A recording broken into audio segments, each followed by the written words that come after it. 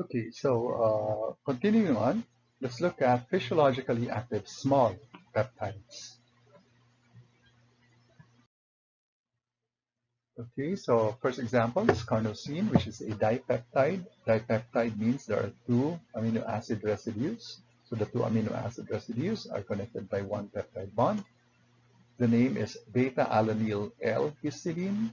Okay, so notice something unusual. Instead of alpha-alanine involved, it is a beta-alanine. And from the N-terminal side, okay, the names of the amino acids are given the suffix "il." Okay, so alanine becomes alanyl, and then histidine is now the carboxylic acid end or the C terminal. Okay, so it retains its name, histidine. So this one is found in the muscle tissue. Okay, so you have the amide bond. No? So beta-alanine L-histidine.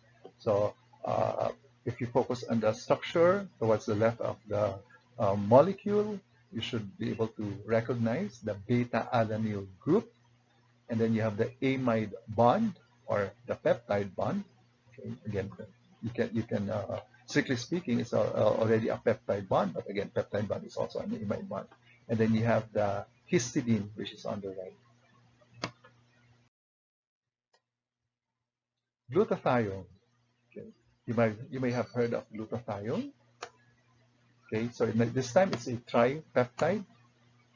The normal function of glutathione is that it's a scavenger for oxidizing agents.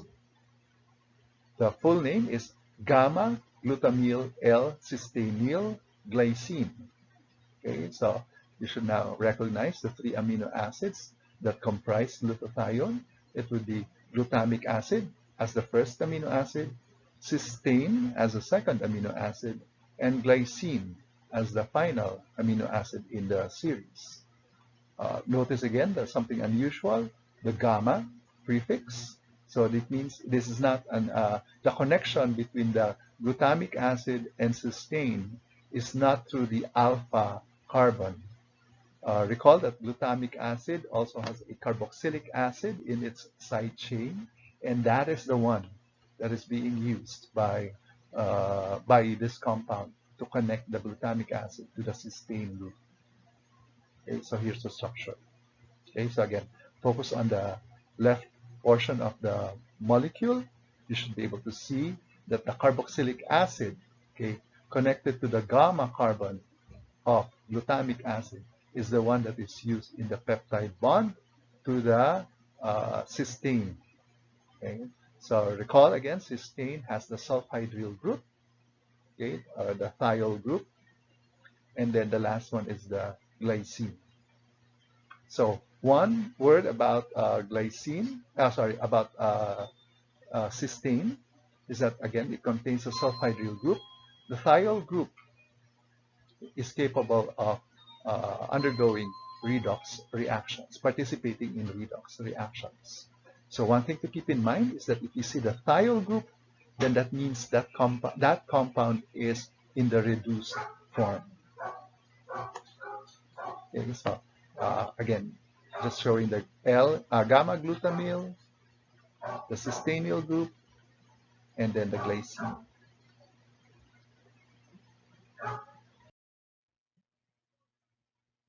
So, as mentioned, glutathione participates in redox reactions, and it involves the sulfhydryl group. So the sulfhydryl group very easily interacts or reacts with another sulfhydryl group to form a disulfide bond. Okay, so it's very easy in our structure. It's highlighted in red. So that's the disulfide bond. So two glutathione groups forming a reoxidized glutathione through the disulfide linkage. So if you see a disulfide linkage, automatically say that that's the oxidized form. If you see a thiol, then that's the reduced form. Okay, so many ways of representing the oxidized glutathione. So you can write the full structural formula, or you can use the abbreviated, the three-letter abbreviation. Or again, if you want to simplify it, GSH. No? Again, so the G for the glutathione, the thiol group just shows again the reduced form, and then the disulfide linkage on the right, the two sulfur atoms right next to each other means there's a disulfide linkage. Okay, so oxidation and reduction. Let's now go to enkephalines. These are naturally occurring analgesics, and they found that they are pentapeptides. I think they were trying to discover more, but they only discovered two kinds of pentapeptides: the leucine enkephaline and the methionine enkephaline. Okay, so the structure of leucine enkephaline is that again you have tyrosine at the C terminal, glycine, phenylalanine, and the fifth and the last amino acid residue is for leucine. Methionine enkephaline has a very similar structure, except that instead of ending with leucine, it ends with methionine. But both function as naturally occurring analgesics. So they probably produce this as a response to pain. Analyzing the structure, scientists think that tyrosine and phenylalanine play important roles in its analgesic behavior.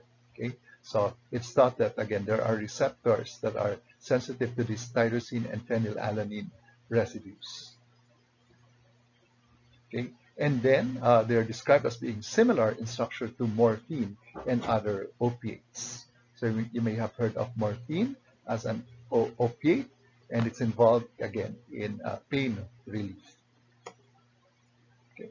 So it is thought that they bind to the same brain receptors. That's why they have similar functions. So once again, we're now highlighting the structure-function relationship in these biomolecules. No? So remember, the shapes of these molecules are very important. So on the upper right-hand figure of the screen is now the structure of morphine. Okay? So can you see the similarities between where phenylalanine and tyrosine might be?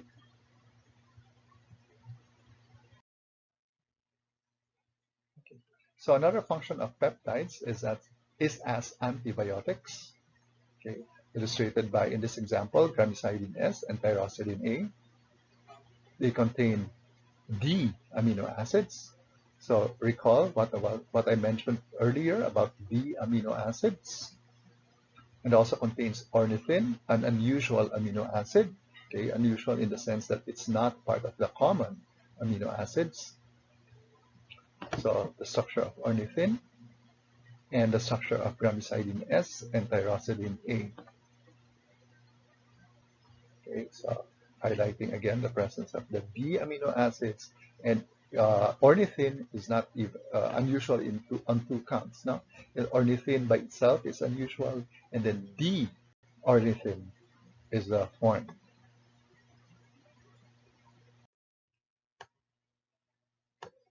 Now, cyclic peptides, although the previous examples are, I think, also cyclic peptides, but the text just emphasizes the cyclic nature of oxytocin and vasopressin. Okay, so here are again the structures of oxytocin and vasopressin. So I'll give you some time to check their similarities or differences.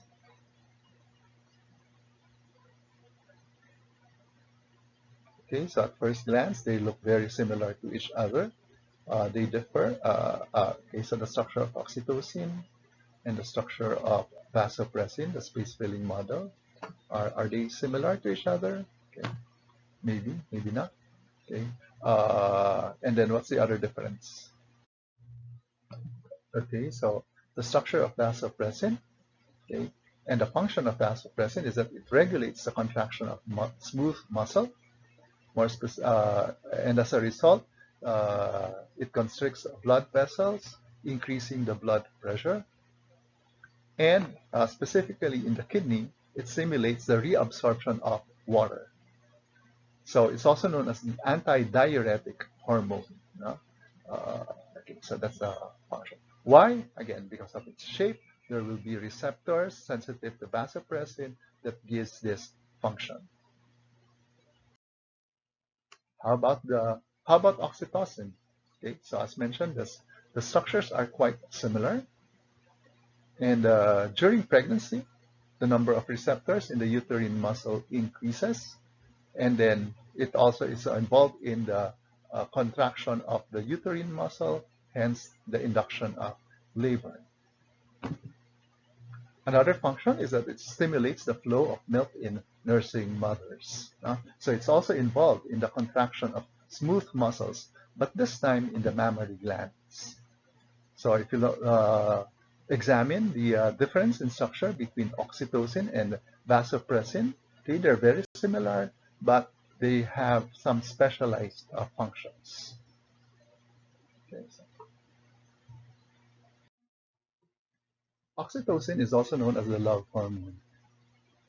Oxytocin is thought to enhance feelings of trust, empathy, fidelity, bonding, and other positive emotional aspects. As shown here, women produce oxytocin when nursing their babies. It helps in the bonding between mother and child. What about if you're not nursing? How do you get these feelings of trust and empathy?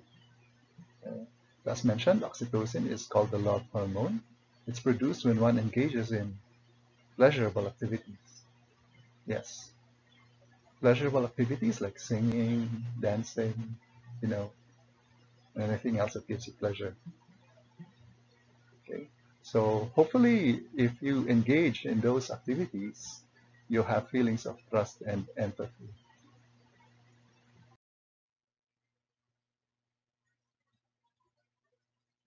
Okay, so what's the difference between them? Okay, residue number 3 is isoleucine for oxytocin and phenylalanine for vasopressin.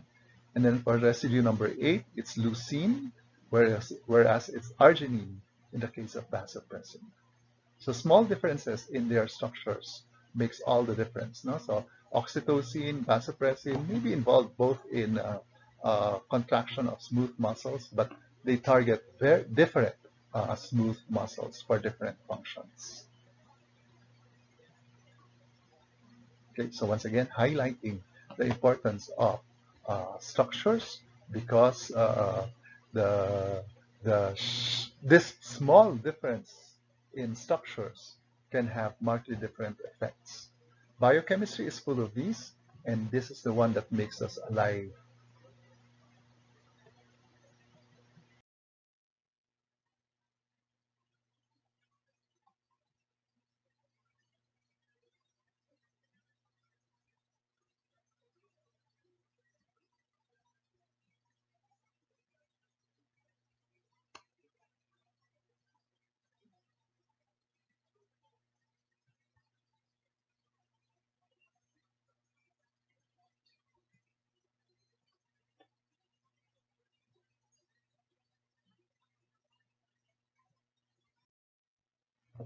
Okay, so we've now come to the end of the chapter.